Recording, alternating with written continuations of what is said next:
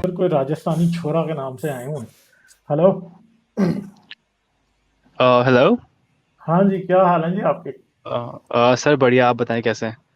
बस जी, हम ठीक हैं, आप सुनाएं। सर मैं it's been like an year जब से मैं आपको सुन रहा हूँ।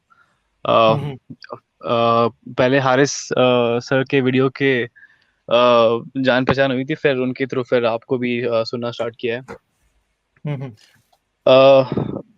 क्या सर मैं अपनी स्टोरी बताऊं अगर आप परमिशन देते हैं, या फिर चलें, अ, बता दें, शॉर्ट शॉर्ट आपको बताना पड़ेगा, लंबा नहीं। अगर आप वैसे, अच्छा। मैंने आजकल एथियस्ट की स्टोरी सुनने के लिए एक सीरीज शुरू कर रहा हूँ, जिसको अच्छा। मैं, मेरे ख्याल है कल परसों से पहली वीडियो उसकी आ जाएगी।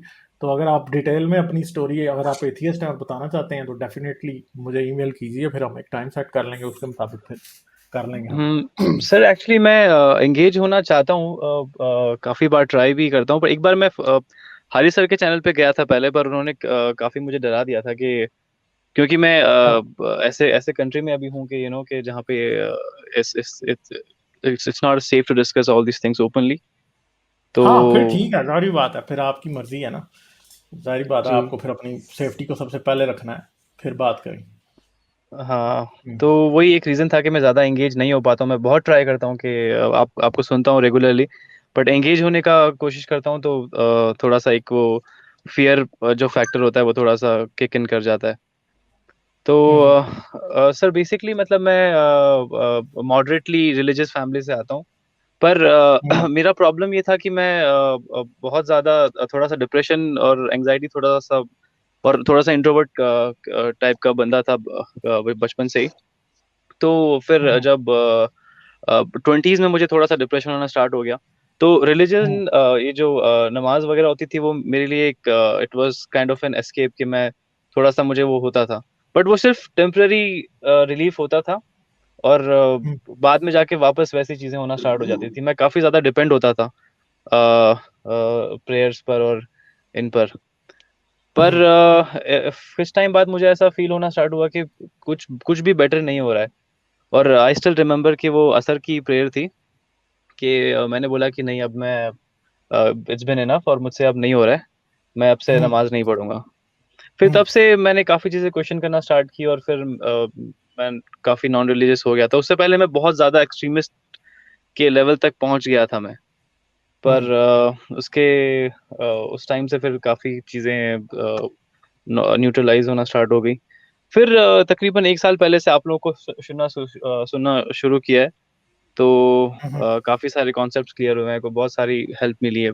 जो पहले क्वेश्चंस थे उनका आंसर्स मिलना शुरू हुआ है, तो आई एम रियली थैंकफुल आप, हारिस सर और आप लोगों को। एक्चुअली मैंने यूट्यूब पर चलें जी। उनको एक दिन ऐसे ही सर्च किया था कि क्या पाकिस्तान में भी एथियस्ट लोग हैं क्या। नॉर्मली पाकिस्तान का इमेज जो होता है वो काफी एक्सट्रीमिस्ट और हम्म। मतलब उनसे होता है। तो मैंने सर्च किया कि कुछ लोग हों, कुछ तो होंगे वहां पे जो ऐसे होंगे।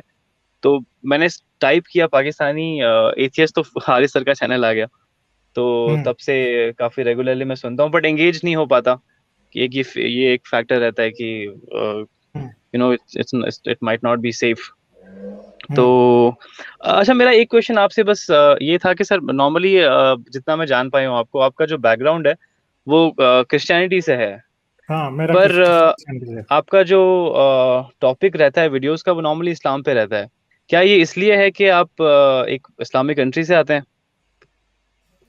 हाँ, ये इसमें ये भी वजह, दूसरी बात है कि अब पाकिस्तान से मुझे क्रिश्चियन तो कॉल नहीं करेंगे क्रिश्चियनिटी का जी क्रिटिसिज्म जी। के लिए। करेक्ट। ठीक है, तो बहुत बड़े हैं करेक्ट। वो, तो है ही बहुत तरह से हैं वो। ठीक है। करेक्ट है। तो कभी कोई क्रिश्चियनिटी, और दूसरी बात यह है कि मुसलमानों को ये बात समझ नहीं आती, हिंदू को भी ये बात समझ नहीं आ सकती, कि कई बार जब इस्लाम पे तनकीद हो रही होती है तो वो डायरेक्टली क्रिश्चियनिटी पे भी हो रही होती है, खासतौर और पे जब ये भी। है कि इस्लाम जो है ना, it's the youngest of the Abrahamic religion, जिसमें जी। जुडाइज्म है, जो मेन जो उसके हैं उसमें क्रिश्चियनिटी है एंड देन इस्लाम। तो if correct. You are being critical of Islam, तो इसका मतलब ये होता है डायरेक्टली कि जी आप साथ साथ क्रिश्चियनिटी को और जुडाइज्म को भी डिनाउंस कर रहे हैं और उन पे आप क्रिटिसाइज कर रहे हैं। लेकिन ये बात जो है ना, बहुत कम लोगों को समझ आती है, क्योंकि उन्हें शायद इस चीज का इल्म नहीं है। मे भी हिंदुस्तान के रहने वाले ज्यादा लोग इसमें होंगे कि जी इस्लाम जो है वो जुडाइज्म से ही बेसिकली निकला हुआ है। इसी वजह से इन्हें अब्राहमिक रिलीजन कहते हैं कि अब्राहम के जो 2 बेटे थे इस्माइल और इसहाक, चाहे वो कहते हैं कि जी इसहाक वाले बड़े थे या जो भी थे, लेकिन मतलब मजहब इसका आगाज तो इब्राहिम से ही हुआ।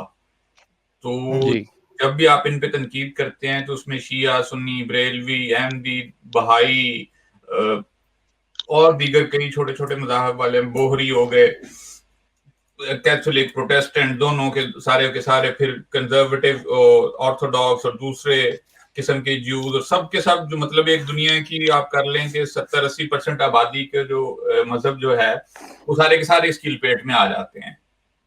अच्छा ओके चलें ठीक है, फिर हमारे पास टाइम अभी नहीं है ज्यादा, ठीक है फिर जी करेंगे जी जी बात। ऑलराइट ऑलराइट चलें ऑलराइट ठीक, thank you okay sir, bye thank you sir, bye take care, bye. Have a nice day.